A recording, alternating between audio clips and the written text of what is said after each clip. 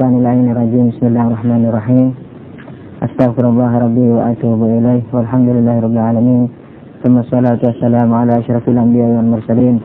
Habibina wa habib rabbil alamin Abil Qasim Muhammad. Allahumma shalli wa ala alihi at-tayyibin at-tahirin al-ma'sumin al-muntajabin. Sebelum kita teruskan ke materi berikutnya mengenai hadis ini, hadis Unwan Al-Basri, yang kemarin itu yang dikatakan bahwa ilmu yang aksiden kemudian atau yang sifat dengan diamalkan bisa menjadi ilmu yang substansi, artinya menjadi zat daripada pengamal ilmu, di mana dengan ilmu itu maka akan menyinari dirinya atau kuburannya dan akhiratnya. Nah, untuk sebagai barangkali dulu tidak disebutkan bagaimana cara untuk mensubstansikan ilmu itu, apakah dengan hanya mengamalkan saja cukup sekali dua. Nah, di sini kalau dulu tidak disebut, perlu Anda sebutkan bahwa pengamalan sekali dua terhadap ilmu itu tidak akan mampu membuat ilmu kita menjadi jauhar atau menjadi substansi. Apa ukurannya bisa menjadi substansi? Yakni ketika orang itu tidak mungkin tidak melakukan ilmu itu.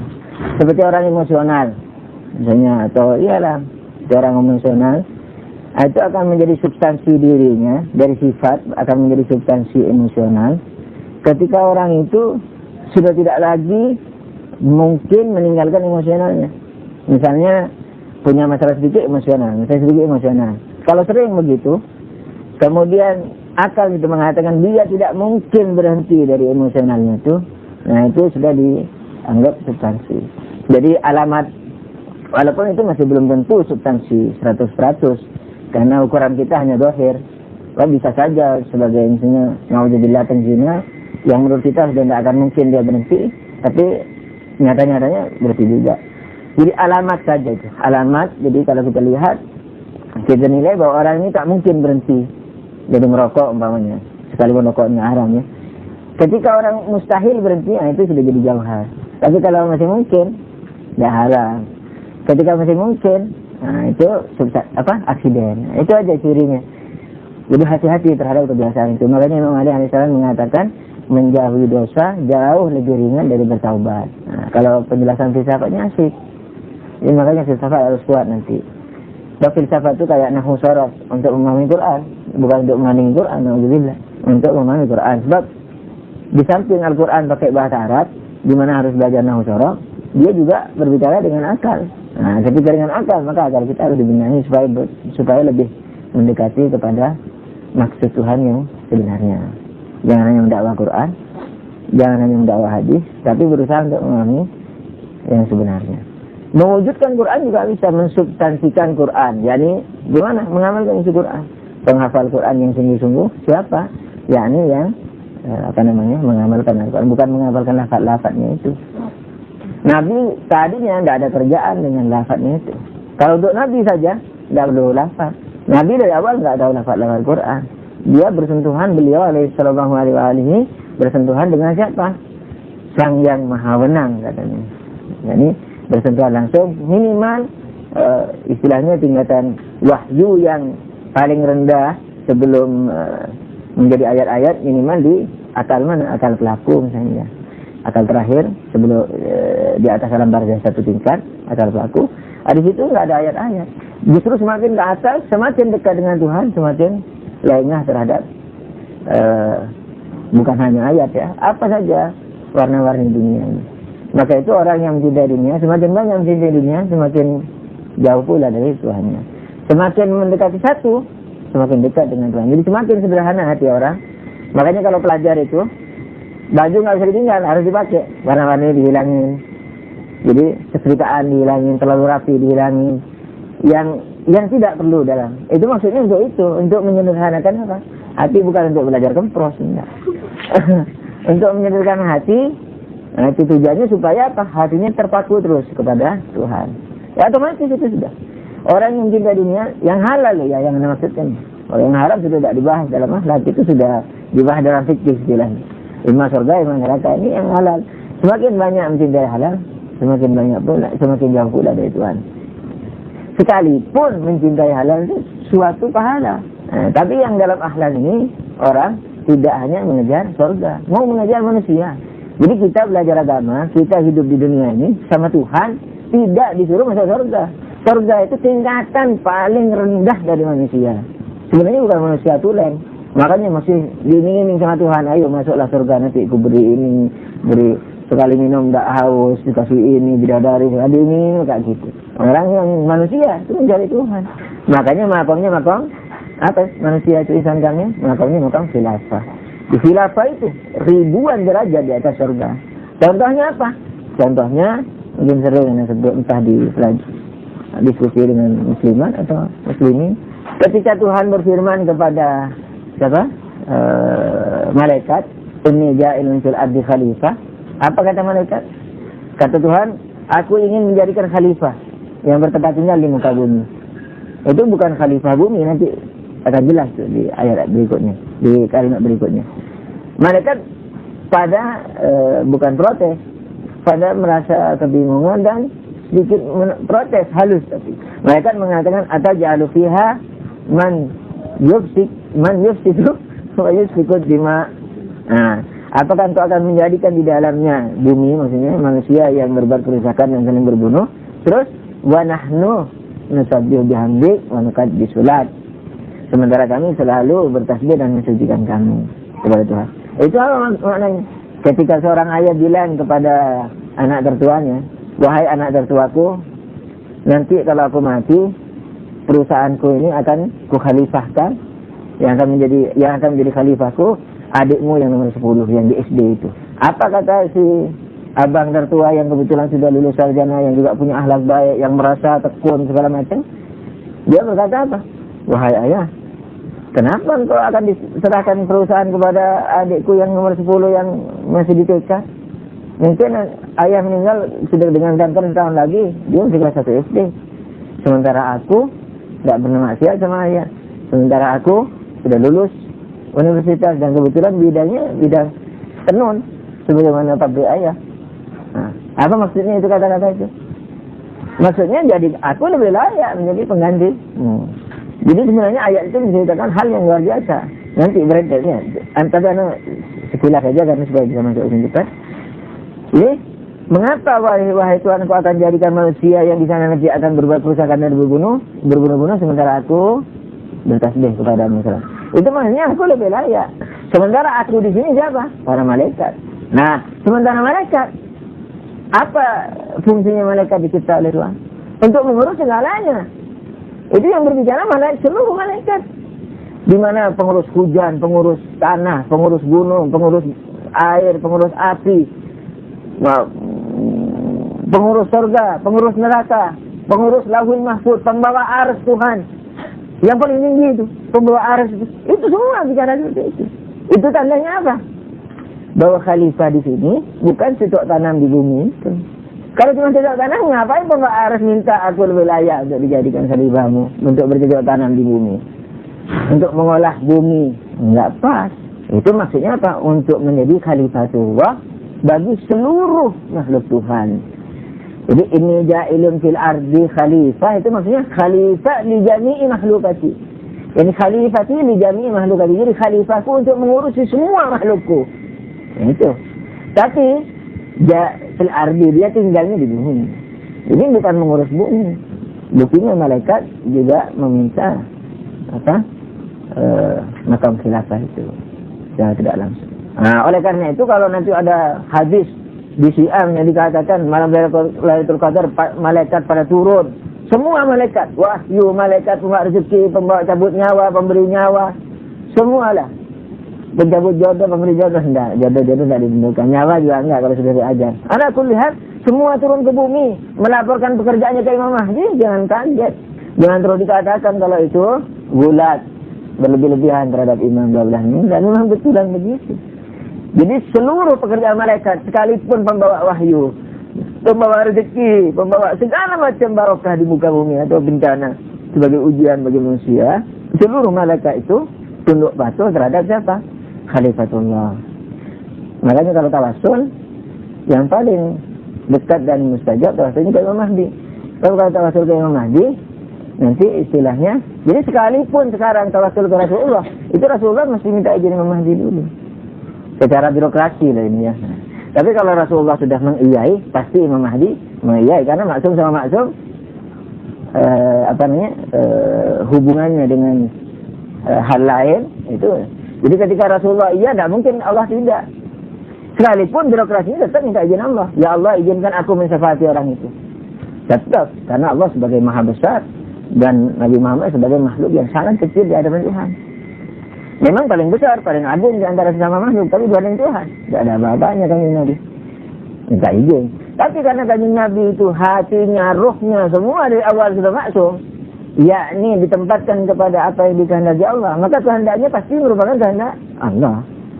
Begitu juga dengan sekarang. Jadi hatta kita tawasulnya ke Imam Ridha alaihissalam, itu pasti minta ijazah dulu ke Imam Mahdi. Jadi birokrasinya begitu. Khalifatullah ini artinya mengurusi seluruh makhluk Tuhan. Bukan hanya rezekinya manusia, bukan rezeki ilmu atau rezeki harta manusia saja, termasuk rezekinya malaikat dan kesinambungan hidupnya para malaikat. Begitu juga surga atau neraka. Jadi kalau nanti ada hadis misalnya di surga itu kalau belnya dipijit, bunyinya ya Ali. Oh, ini syirik atau apa, berlebih-lebihan enggak. Nah, karena memang apa? Karena itu memang semuanya dipimpin oleh Imam Ali, dipimpin oleh Khalifah. Siapa yang punya Khalifah? Jadi Imam Ali, ya Rasulullah, ya Imam Ali. Ya Anbiya yang dulu juga ada masalah. Jadi malaikat pengurusnya, malaikat semuanya itu tunduk kepada Khalifah. Sementara Khalifah yang paling tinggi siapa? Kanjeng Nabi dan Ahlul Bait. Ini sudah layak untuk bukan ya Musa kalau digigit. Sekalipun ya Musa juga bisa karena sudah pernah menjadi khalifah dan menjadi istilahnya khalifahnya Allah, termasuk dalam mengurusi surga dan para malaikatnya. Tapi karena paling afdal di sini adalah kanjeng Nabi dan Ahlul Bait, ya hadis itu mengatakan bahwa ya Ali atau ya Muhammad. Nah, jauhar ilmu ini jangan lupa. Jadi harus diamalkan terus dan istiqomah. Makanya Imam Ali alaihissalam pernah bersabda, semua orang celaka kecuali yang berilmu. Semua orang berilmu celaka kecuali yang beramal. Semua yang beramal celaka kecuali yang ikhlas. Sementara yang ikhlas, kata Imam Ali, dalam keadaan bahaya. Maka lihatlah akhir umurnya. Jadi maksudnya yang ikhlas pun harus istiqomah sampai akhir. Kalau sedetik dia berubah, hilang sudah. Nah, untuk menjadi jauhar begitu. Kita tidak cukup menjaga dohir. Wah, aku setelah dohir tidak mungkin aku tinggalkan. Nah, dohirnya begitu, tapi satu saat bisa aja meninggalkan salat dohir. Nah, oleh karena itu kita sekalipun sudah terbiasa dengan itu dan secara akal dohir sudah punya alamat tidak akan meninggalkan, tapi mesti jaga dan istiqomah, termasuk keikhlasannya. Salatnya mungkin nggak ditinggalkan, tapi khusyuknya, ikhlasnya mungkin ditanyakan, masih perlu dipertanyakan. Ala kulli hal, sallu ala nabi, Allahumma shalli ala Muhammad wa ali Muhammad. Jadi untuk menjauharkan, yakni di samping dengan ikhlas diamalkannya itu, yakni berketerusan. Kita teruskan hadis ini. Kan tempoh hari Unwan berbicara dengan Imam Shadiq. Beliau unwan ini selalu mengatakan ya Syarif, ini wahai yang mulia. Seperti ada orang ketok-ketok. Kamu ini ilmu itu bukan dengan belajar. Ilmu itu adalah cahaya dari Tuhan yang diberikan kepada hambanya yang ia ingin tunjuki, hidayahi. Kalau kamu ingin ilmu, maka carilah yang pertama di dalam dirimu hakikat apa? Ubudiyah. Kemudian carilah ilmu dengan mengamalkan ilmu. Jadi setelah mendapatkan hakikat ubudiyah, carilah ilmu dengan mengamalkan ilmu dan mintalah kepahaman dari Tuhan, maka engkau akan dipahamkan. Bukan ilmu dipahamkan. Jadi istilahnya paham terus diamalkan. Setelah diamalkan itu baru ilmu. Dan ilmu pun masih aksiden perlu dijauharkan. Ya, jadi tidak diamalkan sekali dua, diamalkan berketerusan. Nah, terus si Unwan berkata, wa qultu ya Syarif. Dia berkata, aku berkata, ya Syarif, wahai Imam, wahai yang mulia. Faqala, dan Imam berkata, katakan, kata Imam Shadiq, qul ya Aba Abdillah, katakan ya Aba Abdillah, katakan ya Unwan Al-Basri. Imam Al-Basri bilang, qultu ya Aba Abdillah. Ini sama-sama Aba Abdillah karena dia salah satu julukan Imam Shadiq, yaitu Abu Abdillah atau Abu Abdillah. Qultu, yang Unwan bilang ya Abu Abdillah juga, ya Abu Abdillah, yakni ya Imam Shadiq, tapi Abu Abdillah yang kedua ini. Ma hakikatan ma hakikatun ubudiyah. Kan tadi dikatakan fatlub fi nafsika awalan hakikatan ubudiyah, carilah di dalam dirimu awalan, fatlub awalan fi nafsika hakikatan ubudiyah, carilah yang pertama sebelum mencari ilmu di dalam dirimu itu carilah hakikat ubudiyah, hakikat pengabdian. Nah sekarang orang tanya, apa hakikat pengabdian itu? Qala, Imam menjawab, salah satu asya, 3 hal. Hakikat pengabdian itu 3 hal. Ini yang agak berat ini, tapi nanti ada mungkin kelas-kelas bawahnya itu yang bisa dilakukan kita. Tapi yang jelas ini harus menjadi target kita, harus menjadi target, harus diketahui dan tawaduk kalau belum nyampe. Kalau sudah nyampe lebih tawaduk lagi, tidak ada tempat untuk takabur. 3 hal. 1, alla yaral abdu li nafsihi fima khawalahu Allahu milkan. Alla yaral abdu li nafsihi milkan fima khawalahu Allah. Lianna al-abida la yakunu lahum milkun yarawna al-mala ma'ala Allah yada'unahu haitsu amarahum Allah bihi. Yang pertama, hendaknya seorang hamba tidak melihat terhadap apa-apa yang diberikan Allah kepadanya sebagai pemilik. Yani kalau mau diterjemahkan bebas, hendaklah seorang hamba manusia tidak merasa memiliki apa yang diberikan Tuhan kepadanya. Tidak merasa memiliki apa yang diberikan Tuhan kepadanya. Nah, kenapa? Li'annal abid, karena seorang hamba, tahu hamba sekarang sudah mulia di Indonesia. Sebenarnya hamba itu arti asalnya budak itu.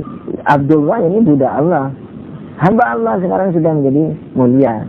Sudah seyogyanya dirubah itu hamba. Sudah tidak hina lagi. Hamba Allah. Orang mau mengisi uang apa hamba Allah. Budak Allah. Gitu. Supaya nilai rendahnya. Li'annal abida, karena seorang budak, yakni seorang hamba sahaya, yakni la yakuna lahum tidak memiliki apa-apa. Seorang budak kalau dia di suatu rumah, misalnya habis perang, kemudian tentaranya ditawan, kemudian dijual, kemudian uangnya ditaruh ke Baitul Mal. Orang yang membeli, orang-orang tawanan perang itu budaknya sudah. Di rumahnya, di rumah tuannya budaknya tidak memiliki apa-apa. Sekalipun dia memegang uang untuk belanja, disuruh belanja segala macam, itu uang milik siapa? Milik tuannya. Bajunya juga itu bisa diambil sampai kepada misalnya badannya kalau seorang perempuan. Jadi dia tidak memiliki apa-apa lagi. Gitu. Karena seorang budak tidak memiliki apa-apa. Terus yarawunal mala ma'alallah, melihat apa-apa yang ia miliki. Di sini pakai istilah mal, yakni uang, tapi maknanya bukan uang, semua yang dimiliki lah. Yada'unahu haitsu amarahum Allah bihi. Maka itu diletakkannya di mana-mana yang Allah kehendaki, dipakainya di mana-mana yang Allah kehendaki. Jadi bukan miliknya. Makanya anak kadang-kadang nyelitik dulu kalau di orang kaya itu, di tempat orang kaya selalu ada potongan ayat dibuat pajangan. Bukan selalu ini. Ada lah, anak pernah lihat, entah mungkin di banyak tempat juga di rumah orang kaya. Itu tulisannya apa? Gede, khat, pakai khat. Hada min fadli Rabbi. Ini adalah dari fadilah Tuhanku. Yani pemberian Tuhanku maksud. Itu. Titik. Padahal ayat itu ada keterusannya. Ketika orang mengatakan hada min fadli Rabbi, itu dia sebenarnya mau menyombongkan diri. Walaupun tidak menyombongkan diri, minimal show lah sedikit. Yakni kekayaanku ini dari Tuhan. Tapi bukan sesungguhnya menganggap itu miliknya. Makanya dititik saja di situ. Padahal ayat itu masih berketerusan. Ashkuru liyabluwani ashkuru am akfur. Supaya aku diuji apakah aku ini kafir atau bersyukur. Ataukah bersyukur atau kafir gitu. Jadi ini dari Tuhanku supaya aku nanti ketahuan bahwa aku ini yang bersyukur atau kufur. Nek kufur apa? Bukan hanya tidak alhamdulillah. Nek syukur apa? Bukan hanya alhamdulillah. Apa syukur? Ya ini sudah. Yada'unahu haitsu amarahumullah. Diletakkan di mana-mana yang Allah kehendaki. Ini yang pertama, bahwa tidak melihat dia memiliki apa-apa yang diberikan Tuhan. Jadi akhirnya bukan pemberian Tuhan, tapi apa? Beban pinjaman. Boleh dikata beban juga, dalam hadis ada itu. Ada orang ditanya sama Imam Syafi'i, bagaimana zuhud menurut kamu? Dijawab, zuhud menurut kami, kalau nggak salah ya, intinya bukan di zuhudnya ini, nanti sesuai dengan apa yang kita bahas ini, dikatakan zuhud yakni kalau kami diberi, kami bersyukur. Kalau kami tidak diberi, kami bersabar. Kata Imam Syafi'i, syukur apa zuhud itu? Zuhud memang kayaknya. Terus kata Imam Syafi'i, syukurnya kamu yang seperti ini syukurnya anjing. Syukurnya anjing apa? Kalau kita punya anjing, hatta tidak dikasih makan, dia tidak protes. Tidak gonggong-gonggong dia. Tapi kalau dikasih makan, buntutnya digerak-gerakin. Senang rasa terima kasih sama yang ngasih. Nyerodok-nyerodokkan kepalanya. Ini syukurnya anjing. Terus bagaimana zuhud menurut antum? Kata Imam Syafi'i alaihissalam, kalau kami diberi, kalau kami tidak diberi, kami bersyukur. Tapi kalau kami diberi, kami bagi-bagi. Wa in u'tina, wa in muni'na syakarna, wa in u'tina, betul? Wa in u'tina kasamna. Jadi kalau kami tidak diberi, kami bersyukur. Kalau kami diberi, kami bagi-bagi.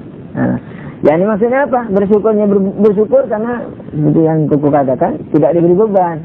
Tapi bukan bersyukur senang karena tidak diberi tugas. Walhasil amanah itu berat. La'allahu kemungkinan kita jatuh, kan gitu. Bukan berarti minta free, minta tidak ada tugas. Itu. Jadi kalau tidak diberi, kami justru bersyukur karena tidak diuji. Karena ada dalam ayat la tuhammilna ma la taqata lana bih. Janganlah kami diberi beban ujian yang kami tidak mampu melaksanakan sebagaimana engkau berikan kepada orang-orang terdahulu, misalnya. Maksudnya berat, bukan tidak mungkin. Sebab Tuhan tidak mungkin sekalipun kepada umat yang telah lalu memberikan ujian yang tidak mungkin dilakukan, tidak mungkin. Tapi beratlah.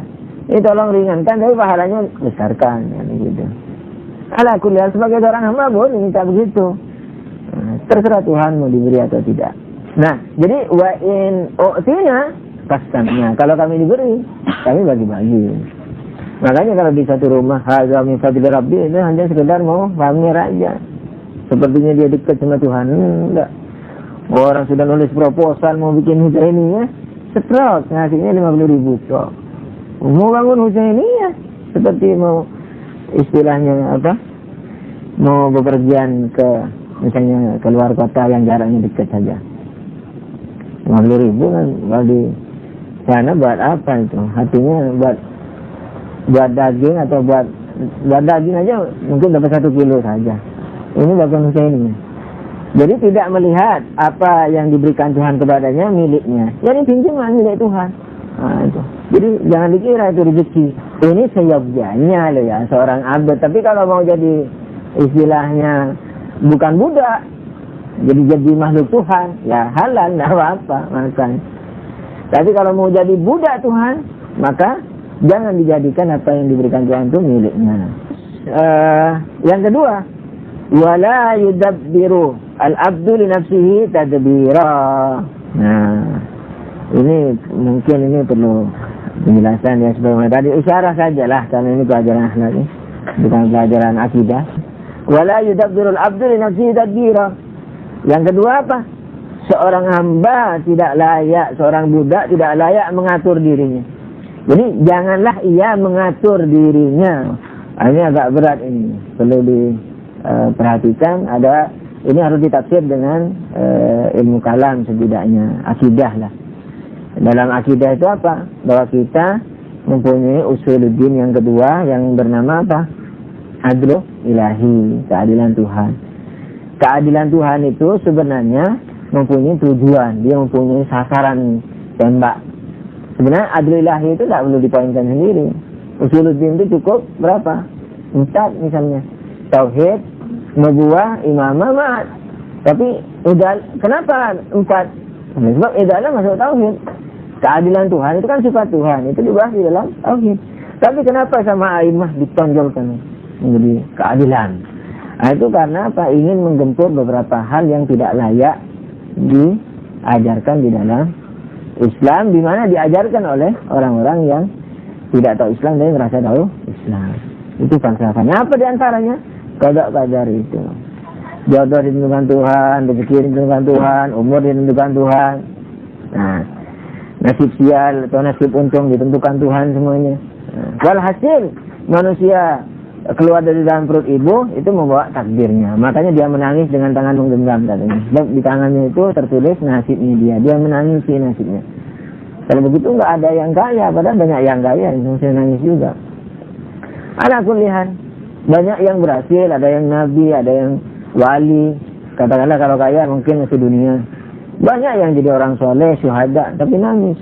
Terus bagaimana? Ya intinya semua yang bersangkut paut dengan perbuatan manusia itu ditentukan oleh manusia sendiri.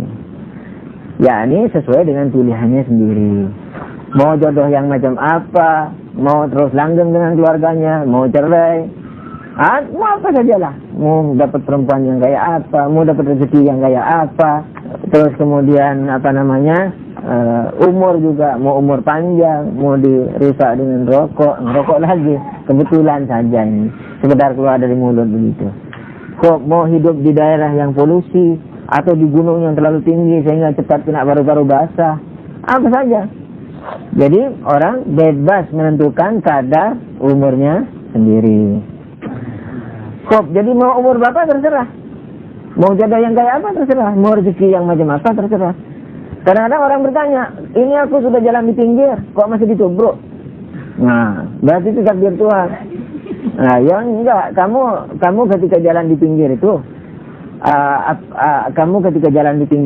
apakah tidak memungkinkan ada bis nanti supirnya ngantuk terus menyamping setirnya terus nubruk kamu, atau bannya meletup terus kena kamu, atau dia menghindari tubrukan dengan mobil lain terus dia belok ke pinggir terus kena kamu? Apakah kamu tidak memungkinkan itu? Oh iya memungkinkan. Terus masih kenapa kok masih jalan di situ? Berarti dia masih menghendaki itu. Sekalipun kalau dalam istilah dalam istilah filsafat itu bil arad. Jadi aku sudah hati-hati kok masih dicopet. Loh kamu tahu nggak ketika di pasar ada kemungkinan dicopet? Iya tahu. Loh kok masih ke pasar? Karena terpaksa. Ya sudah, itu berarti kamu juga mau itu, tapi bukan mau dari sisi secara zati dari awal aku mau dicopet. Ayo copet, ayo nih copet nih dulu di kantong. Bukan. Tapi maksudnya tahu bahwa itu ada risiko dan kamu terima risiko itu. Nah berarti kamu menghendaki itu secara filsafat. Tetapi menghendaki bil arad. Seperti orang makan cabai, sudah tahu mau sakit perut, iya mesti makan juga. Tapi aku tidak mau sakit perut, tapi makan cabai. Aku tidak mau masuk neraka, tapi berbuat dosa. Nah itu mau namanya. Ketika kamu tidak mau masuk neraka, ya jangan berbuat dosa. Ketika berbuat dosa, ya berarti mau neraka. Sekalipun biar arat, maaf, secara tidak langsung. Tapi hakikatnya mau. Kok itu segera istilah aja nih tambahan. Jadi orang mau di mana saja, mau hati-hati apa segala macam itu selalu berhubungan dengan dirinya sendiri dan juga lingkungan. Jadi kita tidak bisa mandiri hidup begitu. Lingkungan kadang-kadang betul-betul kita sudah hati-hati di rumah. Saya di rumah di gunung yang tidur. Kemungkinannya kecil ada pesawat Amerika nyasar ke situ. Umpamanya ini pernah dengan telepon terus nyasar ke Jawa atau ke ujung pandang di gunung sana kan kecil sekali kemungkinannya. Tapi ada yang nyasar terus terbang sana terus jatuh ke rumahnya fulan di ujung pandang di gunung sana. Ini perang Taliban. Nah itu apakah itu takdir? Kan tidak pula. Karena apa? Urusannya bukan dia sendiri, urusannya dengan lingkungan. Itu. Jadi berurusan dengan, makanya ada hukum, siapa yang membuat zalim kepada orang lain, siapa yang menguntungkan orang lain dapat pahala, yang merugikan akan mendapat neraka segala macam, umpamanya mendapat istilahnya pahala atau dosa. Nah itu karena hubungan kita ini di masyarakat atau di alam dunia ini tidak dengan sendiri, berhubungan dengan yang lain-lain. Terus ketika wala yudabbirul abdu li nafsihi tadbira, seorang hamba itu tidak seyogianya mengatur dirinya. Terus bagaimana? Apakah menurunmu takdir itu? Terus kembali kepada Asy'ariyah sebagaimana yang dahulu kita di Sunni. Enggak begitu. Tapi maksudnya apa? Maksudnya tetap kita dituntut dengan ilmu kalamnya. Jadi apa? Kalau kita sudah tahu bahwa bukan takdir Tuhan, nah berarti kita harus berusaha semaksimal mungkin. Minimal jangan meletakkan badan di tengah jalan sehingga ketubruk. Itu dosa. Tapi kalau di pinggir, sekalipun ketumbruk, itu tidak didosa sama Tuhan. Karena kita sudah hati-hati, sudah sewajarnya sebagai taklif manusia. Sekalipun aku tahu bisa ketumbruk. Tapi apa dayaku orang aku mau ke pasar. Terbang nggak bisa. Jalan lewat sungai tidak bisa berenang, dan itu pun bisa tenggelam lagi. Atau banyak ular. Ada kemungkinan sama-sama. Nah, Tuhan tidak memberikan taklif di atas kemampuan manusia. Oleh karena itu ya jalan di pinggir. Ketumbruk, ya sudah. Jadi berusaha semaksimal mungkin. Itu ilmu kalamnya tadi. Nah, sekarang ketika wala yudabbirul abdu nafsihi tadbira, supaya manusia tidak mengatur dirinya, terus bagaimana? Ketika seorang hamba tidak mengatur dirinya, itu maksudnya apa? Berusaha dan tawakal. Jadi misalnya gini, aku mau kawin. Tugas Tuhan apa? Yang dilimpahkan ke aku, mencari perempuan yang bagus, yang begini, yang bukan untuk dirusak. Ada yang mencari, aku mau cari perempuan yang istiqomah, yang qanaah, yang pakai hijab, yang takwa. Buat dirinya tidak takwa. Yang sholat malam, buat dirinya tidak sholat malam. Dia mau dirusak istri anak orang. Nah, mau cari, sebenarnya itu mau mencari kesenangan dirinya, bukan mencari hamba yang soleh. Supaya dia kalau tidak kerja tidak diprotes. Qanaah. Kalau dia punya salah, nggak diprotes, karena sabar. Memang cari istri sebaik-baiknya, tapi hendaknya dirinya juga sebaik-baiknya diatur. Nah gitu. Supaya tidak rusak anak orang. Terus yang qanaah, yang segala macam, yang baik, yang takwa, muhajab, segala macam, tahajud kalau perlu. Cari istri yang bagus, cari ilmu yang benar seperti sekarang kan, ya, ikhtiar segala macam, belajar segala macam. Tapi jangan memastikan dirinya, aku nanti jadi mubalik, aku nanti jadi mudir ini, mudir hausah, aku nanti mau jadi manajer. Itu aku harus begini. Itu tidak boleh. Yang dimaksudkan itu begini. Wala yudabbiru al-abdul nafsi tadi, jangan mengatur dirinya, jangan aku pokoknya besok harus begini. Kalau tidak begini tidak bisa. Nah, usaha semaksimal sambil tawakal ala Allah. Jadi sambil berdoa, ya Allah mana yang lebih bagus, itulah taufikkan untukku, berikan untukku, misalnya kayak gitu. Sehingga orang tidak sedih. Jadi ini sudah berusaha istri yang ini, ya, yang cantik segala macam, pakai kerudung umpamanya, dan karena baik sangganya tidak dilihat segala macam, dalamnya tidak tahu, dalamnya belang umpamanya, atau apalah cacat segala macam. Ya jangan terus, pokoknya aku tidak mau cacat gitu. Ya itu. Boleh, tapi dengan semangat tadi itu. Jangan bahwa aku harus begitu. Benar. Jadi berusaha semaksimal mungkin. Yang ketiga, wa jumlatu istighalihi fima amarahu ta'ala bihi wa nahahu anhu. Dan pekerjaannya hanya terhadap kesibukannya, yaitu apa? Hanya menyibukkan diri dalam ketaatan kepada Allah, melakukan apa yang diperintahkan Allah dan menjauhi apa yang dilarang Allah. Dan kesibukannya hanya pada apa-apa yang mengerjakan apa-apa yang diperintah Allah dan menjauhi apa-apa yang dilarang Allah. Hikmahnya apa? Hikmahnya, kalau yang ketiga kan tidak perlu banyak-banyak ya penjelasannya. Bahkan tidak perlu dijelasin, sudah terjemah aja sudah cukup. Bahwa kesibukannya hanya taat kepada Allah dan menjauhi larangan Allah. Betul. Hikmahnya apa? Imam Shadiq mengatakan, "Haidalam yaral abdu li nafsihi fima khawwalahu Allah Ta'ala milkan." Kalau seorang budak tidak melihat pada dirinya terhadap apa-apa yang diberikan Allah kepadanya itu suatu milik, hana alaihil infak, maka mudah baginya untuk mengeluarkan infak. Ini hikmah yang mana? Enggak, ini hikmah yang tadi itu, tidak melihat dirinya. Hikmah yang pertama apa? Mudah untuk berinfak di mana-mana, bukan infak segala macam. Nanti mau bangun judi, tempat judi, infak juga nyumbang, ya, enggak. Ya itu. Fima amarahu Allah Ta'ala, enggak. Allah kan mengatakan seharian ini untuk makanmu. Emangnya Allah suruh buat masjid itu seharian? Ya enggak. Jadi ketika misalnya mengeluarkan harta untuk yang diperintahkan Tuhan, bukan nanti kalau kita kerja terus istrinya tidak dikasih, terus dikasihkan masjid. Bukan.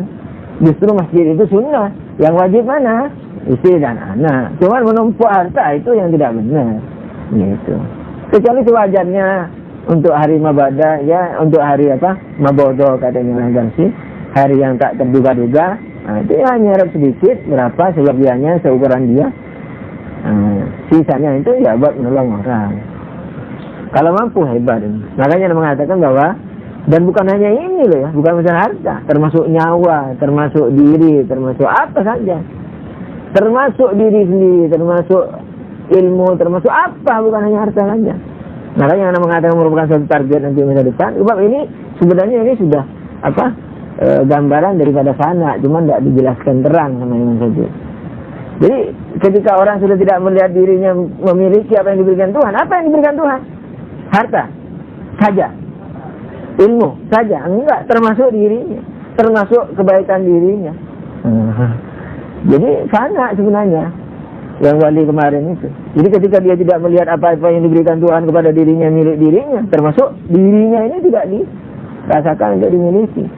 Makanya ketika satu saat Imam Sajjad menyuruh pembantunya masuk api dia. Tidak merasa memiliki, Tuhannya bilang masuk api. Mana sedih karena tidak terbakar di hati itu. Ya Imam Sajjad, kenapa engkau suruh api ini tidak membakar kulitku? Apakah aku tidak layak melakukan perintahmu? Coba bayangkan itu. Setelah asalnya yang yang diberikan penafaan oleh misalnya. Itu sebenarnya, cuman kita justru melakukan doa itu untuk apa? Untuk tolak bala. Ya Allah, aku yang tidak bisa melindungi diriku dari segala ini, itu sebenarnya untuk tolak bala. Umumnya niatnya, padahal Aimah mengajari untuk apa? Untuk fana itu. Jadi maksudnya aku sakit pun sakitkan aku. Apa yang kau kehendaki sudah? Mati, miskin, kaya, apa saja, syahid, tak syahid, tentukan. Cuma bacanya wala darar wala naf'a wala darar, tekanannya apa? Aku dhaif, lindungi dari segala bencana, berilah sebanyak-banyak rezeki. Seperti ini, doa ini, itu sebenarnya kalau mau diperhatikan, anak baru paham itu, baru merenungi kemarin, baru diberi ilham kalau itu dari Tuhan.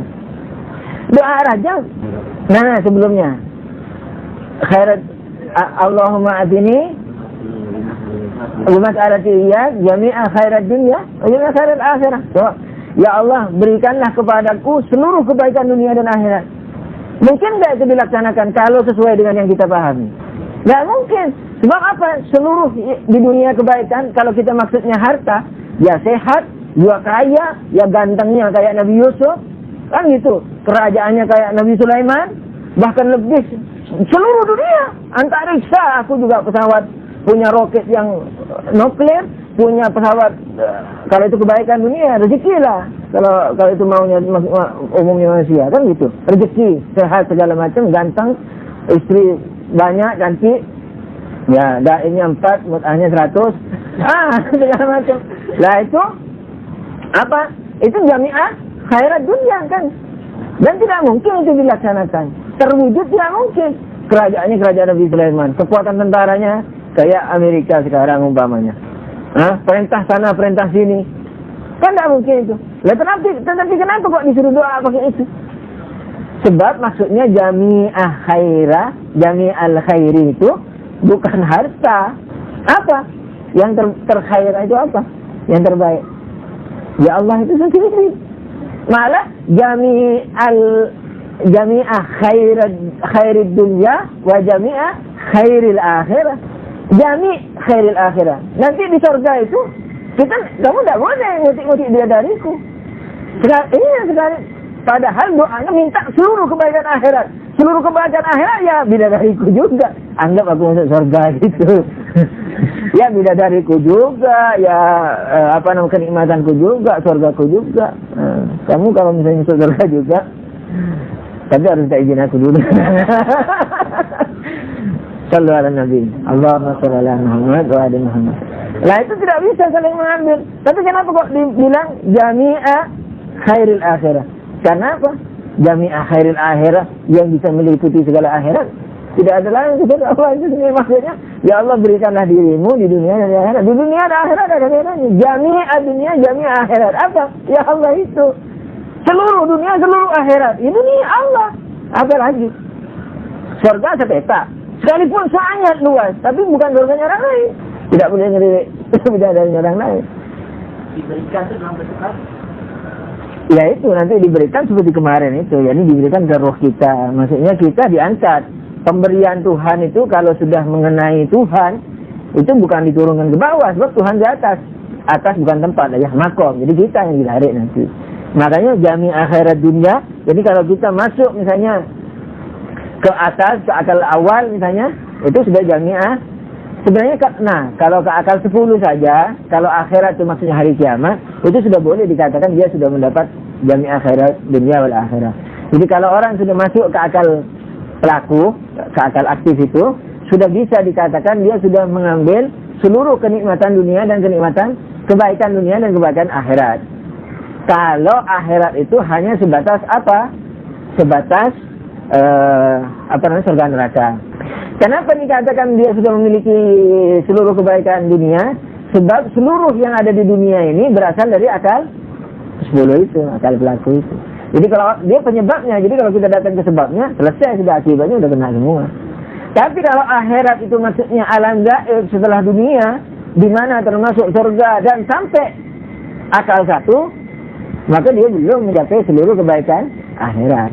Maka itu dia harus berjalan sampai ke akal 1, sampai fana, sampai betul-betul fana hanya Allah. Nah itu, di situ baru kebaikan akhirat seutuhnya. Ya ini Allah itu, nyampe ke Allah. Nyampe ke Allah, ya ini meninggalkan seluruhnya, termasuk kesempurnaan dirinya yang sudah tinggi itu.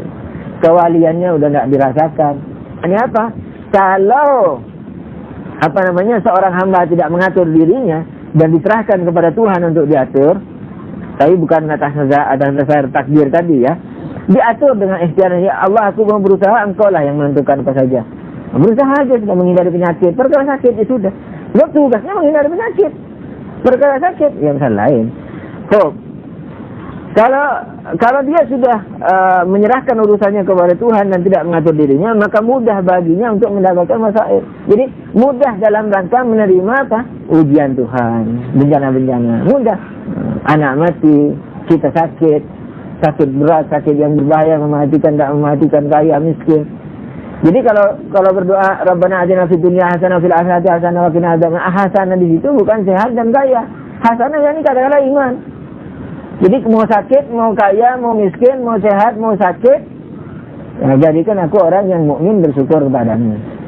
Bukan kaya di dunia, yo. Di dunia hasanah, fil akhirat. Di dunia tidak pernah kena musibah, di akhirat masuk surga. Tidak mungkin. Sebab Tuhan sudah berfirman bukan hanya satu ayat, ada beberapa ayat. Apakah kau mengira engkau masuk surga, akan masuk surga sementara belum kuuji kalian dengan kekurangan makanan, sedikit buah segala macam, dan belum kami goncangkan kamu segoncang-goncangnya, sampai berkata sebagaimana orang-orang terdahulu dan nabi-nabi terdahulu, mata nasrullah, kapan datangnya pertolongan Allah. Makanya jangan cepat-cepat minta naik iman kalau takut musibah. Tapi minta, jangan takut. Insya Allah nanti dikuatkan sama Tuhan. Jangan, aduh aku takut kena musibah, tidak mau minta naik iman. Jangan. Wa idza istaghala 'abdu bima amara Allah Ta'ala wa nahahu la yatafarraqu minhuma ila al-mira. Kalau seorang hamba itu kesibukannya hanya kepada yang diperintahkan Allah dan menjauhi larangan Allah, maka bagi dia tidak akan sempat untuk beriak-riak atau menyombongkan diri di depan manusia. Dan riak itu sendiri terlarang. Tapi yang dari poin ketiga ya. Terus Imam Shadiq berkata, "Fa'idza akramallahu al-'abda bihadhihi thalatha hana 'alaihi dunya." Kalau Allah sudah menginayai seorang hamba dengan 3 hal ini, maka mudah baginya dunia ini. Nah, wahai dunia, pergilah, rayulah selain aku. Sesungguhnya aku telah menceraimu 3 kali. Imam Ali. Iya, inayah. Tapi inayah itu tidak datang kecuali dengan apa? Kesiapan yang mau dapat inayah. Seperti ilmu dari Tuhan. Tapi bagaimana supaya datang ilmu itu? Ya belajar, ya diskusi supaya ilhamnya ada. Jadi kita siapkan diri kita. Makanya bagaimana cara menyiapkan untuk mendapatkan tadi ini supaya bisa mentalak dunia? Jangan melihat apa yang diberikan Tuhan miliknya, tapi pinjaman Tuhan, milik Tuhan. Jangan mengatur dirinya dan selalu menyibukkan diri kepada yang diperintahkan Allah dan menjauhi apa yang dilarang Allah. 3 hal ini kalau dilakukan, inayah datang. Inayahnya apa? Gampang meninggalkan dunia, mudah menghadapi iblis, hana alai dunya wa iblis wal khal. Dunia baginya ringan dihadapi, iblis begitu juga, dan semua makhluk. Wala yatlubu dunya takasuran wa tafakhuran, dan dia tidak akan mencari dunia untuk menumpuk dan untuk menyombongkan diri. Takasuran, untuk menumpuk, enggak. Derajat takwa. Bayangkan berapa derajat itu takwa. Ini yang sudah fana itu tadi kan, cuma tidak disebutin tadi secara jelas. Itu awal derajat takwa. Naj'aluha lil ladzina la yuriduna 'uluwan fil ardi wala fasada. Diperuntukkan alam akhirat itu untuk orang-orang yang tidak ingin meninggikan diri di muka bumi dan tidak ingin berbuat kerusakan. Dan sesungguhnya akibat yang baik itu hanyalah untuk orang-orang muttaqin. Walhamdulillahirabbil alamin. Wassallallahu ala Muhammadin.